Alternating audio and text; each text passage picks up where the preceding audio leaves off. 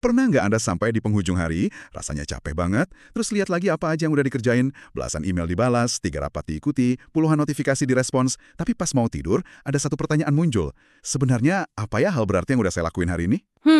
Rasanya tuh kayak lari di treadmill seharian, keringetan, tapi ya nggak nyampe kemana-mana. Familiar sekali perasaan itu. Kalau perasaan itu akrab buat Anda, pembahasan kita kali ini kayaknya bakal relevan banyak. Kita akan bedah ide-ide kunci dari sebuah buku yang pendek katanya menurut saya sangat menyegarkan. Judulnya, Make Time, How to Focus on What Matters Every Day, dari Jack Knapp dan John Seratsky. Iya, Yang penting dicatat dari awal, ini bukan buku produktivitas biasa yang ngajarin cara nambahin lebih banyak tugas dalam 24 jam. Justru kebalikannya, buku ini nawarin kerangka kerja buat menciptakan ruang untuk hal-hal yang emang beneran penting buat kita. dan untuk bisa melakukan itu, kita harus kenal dulu musuhnya kan?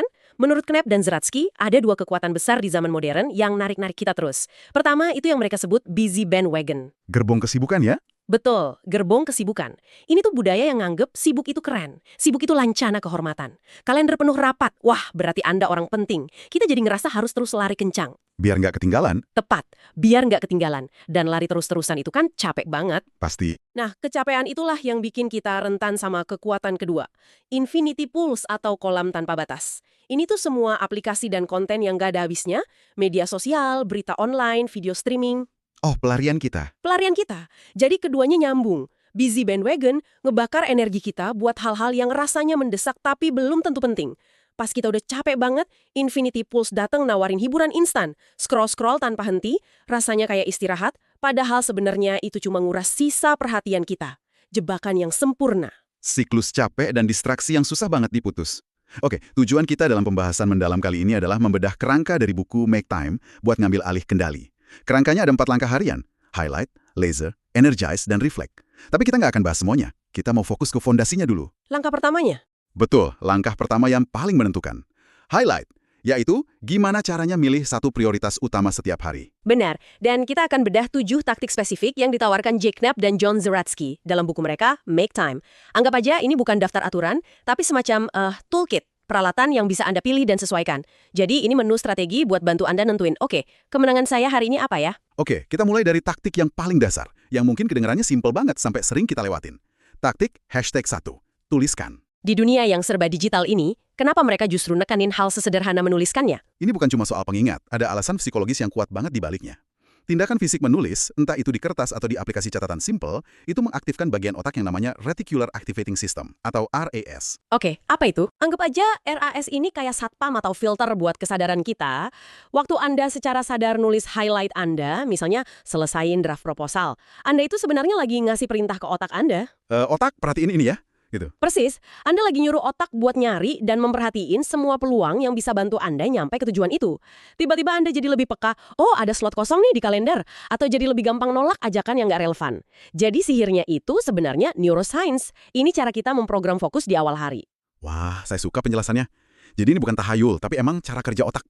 Oke, itu untuk nentuin fokus. Tapi tantangan berikutnya kan seringkali konsistensi. Nah, ini nyambung ke taktik kedua yang namanya unik banget. Taktik #2, groundhog it atau lakukan lagi yang kemarin. Hahaha, iya.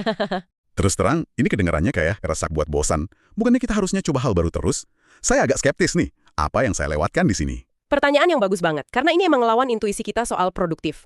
Tapi coba deh lihat dari sudut pandang hemat energi. Setiap pagi, kapasitas mental kita buat ngambil keputusan itu kan terbatas. Betul. Kalau tiap hari kita harus mikirin satu hal baru yang brilian buat jadi highlight, itu aja udah nguras energi. Nah, groundhog it ini strategi cerdas buat ngurangin beban keputusan itu. Buku Make Time ngasih beberapa skenario kapan taktik ini berguna banget. Contohnya gimana? Pertama, sebagai kesempatan kedua. Gagal ngerjain highlight kemarin karena ada urusan mendadak, nggak apa-apa, ulangin aja hari ini. Artinya hal itu emang masih penting. Kedua, untuk bangun momentum. Kalau highlight Anda bagian dari proyek besar, misalnya nulis 500 kata buat novel, ngulangin itu tiap hari, bikin ada kemajuan terus. Masuk akal. Ketiga, ini cara paling efektif buat bangun kebiasaan. Mau rutin olahraga, jadikan aja olahraga 20 menit sebagai highlight Anda tiap hari sampai jadi otomatis. Dan yang terakhir, yang paling asyik, untuk menikmati momen. Kalau highlight kemarin itu makan malam sama keluarga tanpa HP, dan itu bikin Anda bahagia, ya kenapa nggak dirasain lagi? Jadi, ini bukan soal malas, tapi efisiensi mental. Oke, saya paham sekarang. Jadi ini semacam strategi hemat energi buat ngambil keputusan. Kita udah bahas 2 taktik yang sifatnya harian.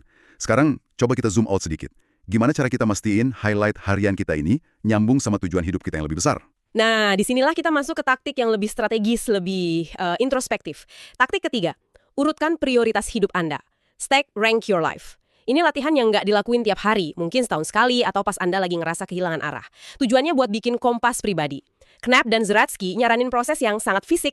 Fisik gimana maksudnya? Ambil kertas sama pulpen, tulis semua hal penting dalam hidup Anda, karir, keluarga, kesehatan, keuangan, kreativitas, macam-macam.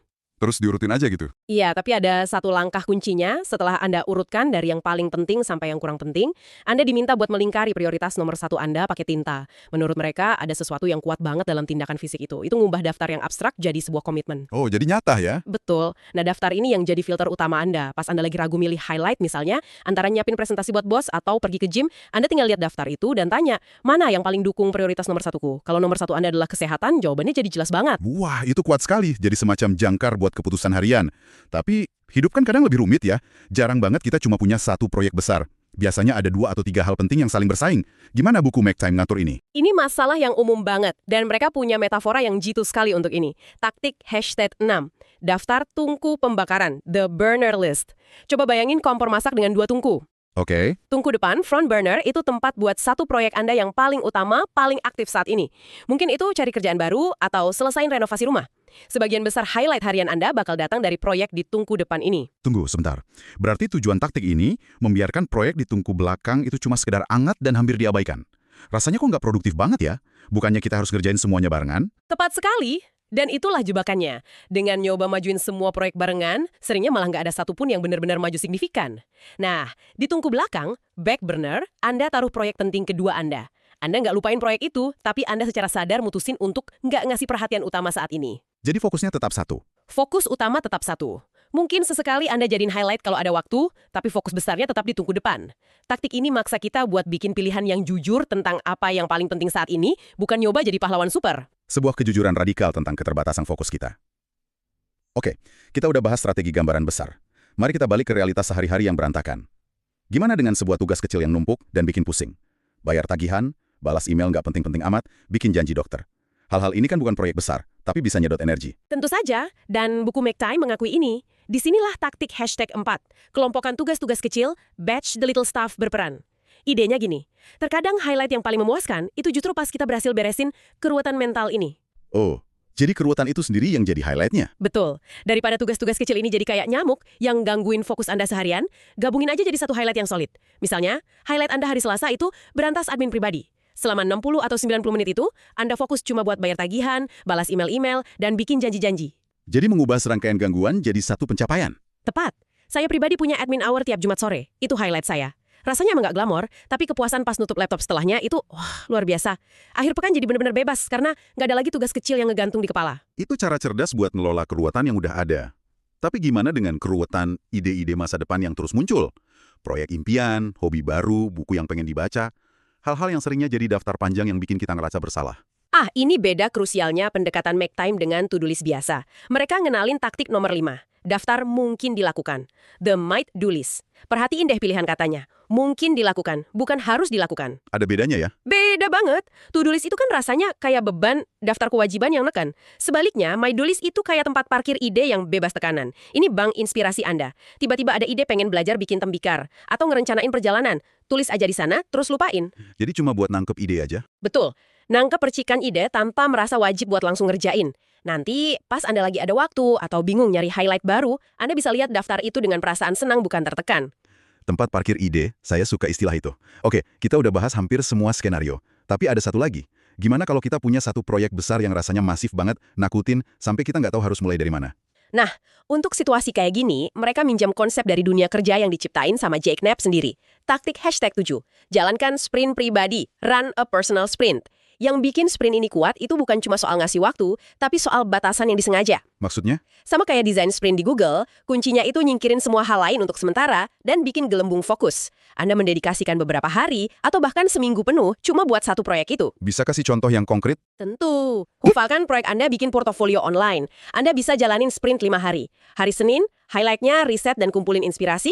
Selasa, tulis semua teks konten. Rabu, bikin desain kasar. Kamis, minta masukan dari teman. Jumat, finalisasi dan publikasi. Taktik ini maksa Anda bikin keputusan nyata, bukan cuma muter-muter di perencanaan. Jadi dari pertanyaan, apa yang harus saya lakukan? Jadi, apa yang bisa saya selesaikan hari ini? Tepat. Ini efektif banget buat bikin kemajuan besar dalam waktu singkat. Jadi itu dia 7 taktik dari buku Make Time karya Jake Knapp dan John Zretzky. Bukan aturan kaku ya, tapi lebih kayak palet warna yang bisa kita pakai buat ngelukis hari kita. Mulai dari yang simple kayak menuliskannya, mengulanginya, sampai lihat gambaran besar dengan stack rank dan burner list, juga ngelola proyek pakai sprint. Dan pesan yang paling penting buat dibawa pulang dari semua ini terangkum dalam mantra 3 kata mereka. Pilih, uji, ulangi. Ini bukan tentang nemuin satu sistem sempurna terus diikutin selamanya. Tujuannya adalah jadi ilmuwan buat waktu kita sendiri. Maksudnya gimana tuh? Pilih satu taktik yang kedengarannya menarik. Coba deh selama seminggu. Amati hasilnya. Itu bantu Anda lebih fokus dan puasnya. Kalau iya, lanjutin. Kalau enggak, ya buang aja. Coba taktik lain. Perubahan kecil yang diuji coba secara konsisten itu bisa ngasih dampak yang luar biasa. Tepat sekali. Ini bukan soal ngerombak total hidup kita dalam semalam.